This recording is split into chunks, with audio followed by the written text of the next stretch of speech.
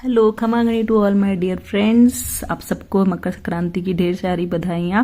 और अगर आपको मेरा चैनल पसंद आ रहा है तो keep liking, subscribing and sharing my videos. तो चलिए शुरुआत करते हैं मकर संक्रांति की। जैसा कि आप देख सकते हैं किचन की हालत, मैंने दाल भिगो ली है, आलू उबाल लिए हैं और ये सब जो प्रिपरेशन है ये चल रही है मकर संक्रांति की। मैं मकर संक्रांति को सबसे पहले घर का काम करके नहा के और खिचड़ा बनाती हूँ। मैं खिचड़ा, ये मैं एक तरीके से ट्रेडिशन है जो मैंने मेरी मम्मी से सीखा है। वो सुबह सुबह खिचड़ा बना के और इसको गाय को, कुत्ते को और भी जिनको आप दान में देना चाहते हैं देना चाहिए, घी गुड़ तेल के साथ। तो मैं सारी चीज़ें करती हूँ और मैं खुद भी खाती हूँ, बच्चों को भी खिलाती हूँ और भी जो आप दान पुण्य करना चाहते हैं वो सब कर सकते हैं। और ये तिल भी हम दान में देते हैं, सभी देते हैं यूजुअली जो मानते हैं। और फिर इसके अलावा जो भी चीज़ें आपने कल्पी है, जो चूड़ा है या जो भी चीज़ें सुहाग की चीज़ें हम कलपते हैं तो ये भी हम हर सकरात को देते हैं। तो इस तरीके से उनके ऊपर टिक्की लगा के, बिंदी लगा के और उन सब चीज़ों की पूजा करके हम दे देते हैं। अब क्योंकि सकरात का दिन है तो बहुत क्रेज़ रहता है चीज़ों को बनाने के लिए। तो मैं आपको बताती हूँ आज मैंने क्या क्या बनाया। तो सबसे पहले जो है मैं धनिया की चटनी पीस रही हूँ। तो ऑफकोर्स सकरात के दिन हम जैसे तेल जलाते हैं, बोलते हैं इस दिन तेल जलाना ज़रूरी होता है। तो मैं चटनी पीस रही हूँ। उसमें मैंने टमाटर, हरी मिर्ची, लहसुन, ये सारी चीज़ें डाल के और हरा धनिया डाल के ये मैं इसको पीस लूँगी। ऑफकोर्स इस दिन थोड़ा काम ज़्यादा होता है तो मैं पहले क्या करती हूँ, जितनी भी जो मुझे प्रिपरेशन करनी होती है ना वो सब मैं प्रिपेयर करके रख देती हूँ और फिर मैं चीज़ें एक एक करके बनाती रहती हूँ। तो चटनी एक ऐसी चीज़ है जो आपको चाहिए होती है सब में। तो मैं पहले चटनी पीस लेती हूँ। चटनी पीसने के बाद ये मैंने दाल जो है पहले ही उठते ही मैं सबसे पहले दाल भिगो देती हूँ। तो मैं चवले की दाल और मूंग की दाल के पकोड़े बना रही हूँ। जिस मिक्सी के जार में मैंने चटनी पीसी थी उसी में मैंने फिर दाल को भी अच्छे से पीस लिया है। दाल आपको गाढ़ी गाढ़ी ही पीसनी है। पहली वाली थोड़ी जो मेरी दाल थी वो थोड़ी पतली हो गई थी क्योंकि उसमें चटनी थी, बट बाद में वो इवन हो गई थी। अब मैं सबसे पहले पकौड़ों के लिए मसाला रेडी करूंगी। तो मैंने साबुत धनिया, ये सफेद काली मिर्च, थोड़ी मैं काली मिर्च वो भी इसके अंदर डालूंगी। ये देखिए ये मैंने इसके अंदर डाल दिया है।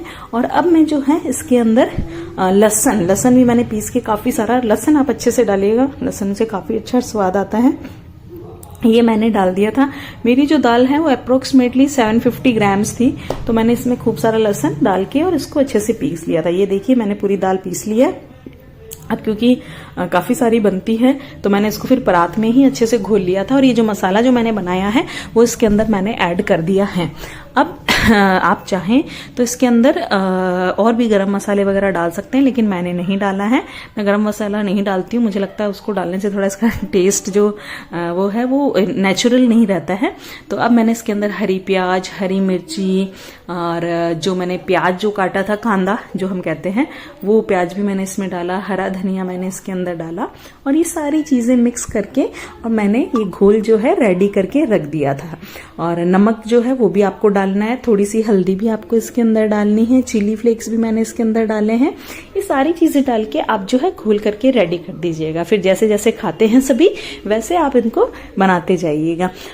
सकरात एक तरीके से, देखिए मैं वैसे जोधपुर से हूँ तो जोधपुर में तो इसका इतना क्रेज नहीं है, वहां तो ठीक है दान पुण्य वगैरह करते हैं, बट पतंगबाजी का जो क्रेज जयपुर में आने के बाद देखा, उसके बाद मुझे भी तो बहुत अच्छा लगता है। इतने सारे सब लोग इकट्ठे होते हैं, एंजॉय करते हैं।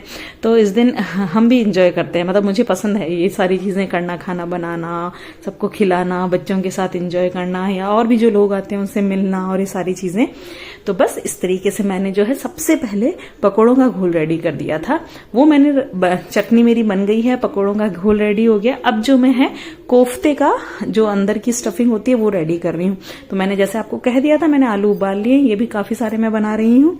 और आलू उबालने के बाद मैंने उनको अच्छे से मैश कर लिया था। आलू को बहुत ज्यादा आप मत गलाइएगा, गलाने से वो अच्छे नहीं बनते हैं।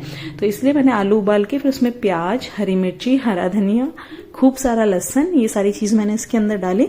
और उसके बाद मैंने ये देखिए ये अमचूर पाउडर है, आप देख सकते हैं, ये भी आपको इसके अंदर डालना है खटाई के लिए। अगर आपके पास अगर अनार दाना है तो वो भी डाल सकते हैं। और ये डालने के बाद आप इसके अंदर चिली फ्लेक्स भी डाल सकते हैं। चिली फ्लेक्स ऑप्शनल है, आप डालना चाहे तो डालिए, नहीं तो मत डालिए।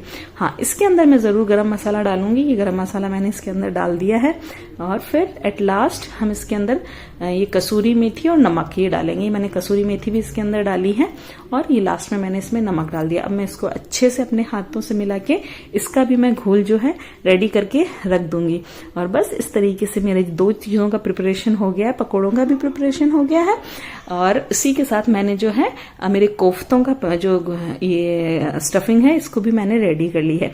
बच्चे चिल्ला रहे हैं मम्मा खाना चाहिए, कुछ लाइए गर्मा गर्म, सब ऊपर चढ़ जाते हैं और बस यही चलता रहता है कि ये लाओ वो लाओ और सबके साथ में कुछ ज्यादा ही खाया जाता है। और मैं इस दिन रोकती भी नहीं हूँ बच्चों को, मैंने खाने दो, क्योंकि ये बहुत आजकल इतना टाइम भी कहाँ है कि जब हम बहुत सारे लोग इकट्ठे हों, एंजॉय करें और एक साथ बैठ पाए, तो इसलिए बच्चे खूब एंजॉय करते हैं। इस तरीके से मैंने जो है सबसे पहले इनके कोफ्तों की स्टफिंग के गोले बना बना के रख लिए थे और जैसे ही ये गोले रेडी हो जाएंगे फिर मैं मेरे नेक्स्ट मूवमेंट की तरफ चली जाऊंगी, मतलब जो नेक्स्ट मेरी प्रिपरेशन है वो मैं रेडी करूंगी।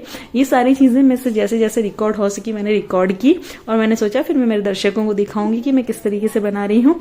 अब जो है अब कोफ्ते बने तो ऑफकोर्स इसके ऊपर की कवरिंग के लिए भी हमें कुछ ना कुछ चाहिएगा, तो इसके ऊपर के घोल के लिए मैंने मैदा डाला है। मैदे में ही मैंने जो है ये जो कॉर्नफ्लावर है इसको डाल लिया है। कॉर्नफ्लावर डालने के बाद पानी से आप इसको इस कंसिस्टेंसी से आपको इसको घोलना है कि ये जो गोले हैं उनके चारों तरफ लपेट जाए। फिर मैंने इसके अंदर हल्दी डाली, हल्दी के बाद मैंने इसके अंदर नमक डाला है।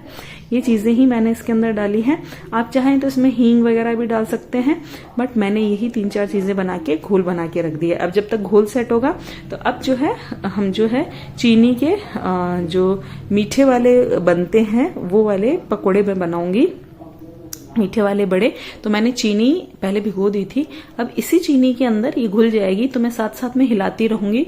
तो मैंने इसमें आटा डाला है और आटे ही जितना मैंने इसके अंदर मैदा डाला है। मैदा डालने से इसका कलर भी सुंदर आता है और बनने में भी ये काफी क्रिस्पी होते हैं। आप इसको हिलाना, अगर पानी ज्यादा लगे कम ज्यादा लगे तो उस हिसाब से आपको बैलेंस करके रखना है, ज्यादा आपको पतला नहीं करना है, नहीं तो ये नहीं बनेंगे। तो इस तरीके से मैंने इसको डाल के खूब अच्छे से मैंने इसको फेंट लिया है। जब ये खूब अच्छे से आपका पूरा, जब इसमें से पूरी गांठें ये खत्म हो जाएंगी तब हम इसके अंदर बाकी प्रोसीजर करेंगे। मैं ये सारे जब गांठें खत्म हो जाती है तब मैं इसमें सौंफ और थोड़ी सी मलाई भी डालती हूँ। इससे भी ये काफी क्रिस्पी बनते हैं, खाने में टेस्टी होते हैं। आप बना के ट्राई कीजिएगा, बट आप ध्यान रखें कि आप इसको अच्छे से फेंटते रहें, अच्छे से आपको इसके अंदर फेंटना है। बस अब क्या है, अब हमने चढ़ा दी है कढ़ाई और सबसे पहले मैं मीठा ही बनाऊंगी। ऑफकोर्स आपको पता है फेस्टिवल का दिन है तो मीठे से ही शुरुआत की जाती है। मैं लड्डू गोपाल को भी मीठा ही चढ़ाऊंगी सबसे पहले और फिर मैं बाकी चीजें बनाऊंगी। मीठे गुलगुले मैं कम बनाती हूँ क्योंकि मीठे बच्चा कम खाते हैं। रीजन ये है कि तिल के लड्डू और मिठाइयाँ इतनी सारी हो जाती है तो बच्चे नहीं खाते हैं, इसलिए मैं ये सिर्फ भगवान के लिए और ठीक है किसी को अगर पसंद है तो मैं सर्व करने के लिए बनाती हूँ, बट मैं एक्सेस में नहीं बनाती हूँ ये चीजें। ठीक, बस इस तरीके से जब आपका घोल रेडी हो जाएगा तब आप जो है सबसे पहले मीठे से ही शुरुआत करना, हर चीज मीठी मीठी रहती है। तो बस मैंने सबसे पहले जो है इसके अंदर ये डाला है। अब देखिए मैं आपको एक चीज दिखाती हूँ, मैंने ये जब बनाया तो उसके अंदर वो थोड़ा बिखर रहा था तो मैंने उसमें थोड़ा सा पानी और आटा मिला के और वापस उनको फ्राई कर लिया था। वो सारी चीजें मेरी रेडी हो गई, कान्हा को भोग लग गया। अब जो है मैंने सबसे पहले मिर्ची फ्राई की है क्योंकि पकौड़ों के साथ मिर्ची चटनी ये सारी चीजें होती हैं तो ये हमारे खाने को चटाकेदार बना देता है। बस अब इनको तली हुई मिर्ची के ऊपर मैंने नमक डाल दिया है, और सॉरी नमक, काला नमक, और जो नींबू है वो अच्छे से मैंने इसके ऊपर निचोड़ दिया है और ये हमारे पकौड़े रेडी हो रहे हैं। और चमड़े की देखो, जब मैं छोटी थी या मैं शुरुआत से जब से देखे तो हमारी मम्मी मूंग के या मोठ के पकौड़े बनाया करते थे, बट जयपुर में आके मैंने चमड़े की दाल के पकौड़े सीखे हैं। ये मुझे काफी अच्छे लगते हैं, मुझे लगता है ये बहुत क्रिस्पी होते हैं, फुले फुले होते हैं तो अच्छे बनते हैं। इसमें आप थोड़ी सी मूंग की दाल डाल देते तो इसका टेस्ट और इनहेंस हो जाता है। देखिए कितने सुंदर लग रहे हैं। मैंने इसमें लाल मिर्ची कम ही यूज की है, ज्यादा मैंने हरी मिर्ची डाली है। और मीनवाइल मेरे ये कोफ्ते भी देखिए रेडी हो गए हैं, मैंने गोले बना के रख लिए थे। अब साथ साथ में मैं जो है ये कोफ्ते भी तैयार करती जाऊंगी। काफी क्रिस्पी बने थे, कॉर्नफ्लावर डालने से इनमें क्रिस्प आ जाता है। तो आप भी इस तरीके से बनाइएगा, खाइएगा, बच्चों को खिलाइएगा, एंजॉय कीजिएगा। ये बस इस तरीके से मैंने मेरे सकरात का दिन एंजॉय किया। और ये सारी प्रिपरेशन करते करते मुझे 2-3 बज गया। फिर मैं भी शाम के समय छत पे चढ़ जाती हूँ, बहुत अच्छा लगता है जो आसमान में पतंगे उड़ती हुई। बस उसी तरीके से हमारे सपने, हमारे ख्वाब, हमारी सक्सेस भी ऊंचाइयों की तरफ जाए, इसी सोच के साथ पतंग का जो त्यौहार है उसे एंजॉय कीजिए। बच्चों का इसकी विशेषता बताइए कि संक्रांत सिर्फ पतंग उड़ाने का त्यौहार नहीं है, ये एक हार्वेस्टिंग फेस्टिवल है। इस समय हमारा जो पृथ्वी जो है दक्षिणयान से उत्तरायण में आती है। बहुत सारे इसके अलग अलग सिग्निफिकेंस है हर जगह। और it's a festival of love, happiness, togetherness. आप सबको मेरी तरफ से संक्रांत की खूब बधाई। मैं यही विश करती हूँ कि मेरे जितने भी व्यूअर्स हैं वो खुश रहें, सक्सेसफुल रहें और अपने जीवन में हर एक पल को एंजॉय किए रहे। ये देखिए, ये हमारा खाना एक तरीके से संक्रांत का जो स्पेशल है वो रेडी कर लिया गया है। समोसे बाहर से आए थे, मैंने नहीं बनाए थे। मेरी जो प्रिपरेशन है वो बाकी सब है समोसों के अलावा। और ये देखिए रात का नजारा, कितना सुंदर आसमान। सबसे अच्छा पार्ट जो संक्रांत का है वो मुझे नाइट में लगता है, जब आसमान पूरा ये इनसे फायरवर्क से भर जाता है। तो आई लाइक दैट। अब तो पता ही नहीं चलता है, अब तो ऐसा लगता है कि दिन में पतंगे उड़ रही है, रात को दिवाली मन रही है। बहुत ही सुंदर हमारा आसमान हो जाता है। और देखिए मेरे पापा भी आए थे संक्रांत पे।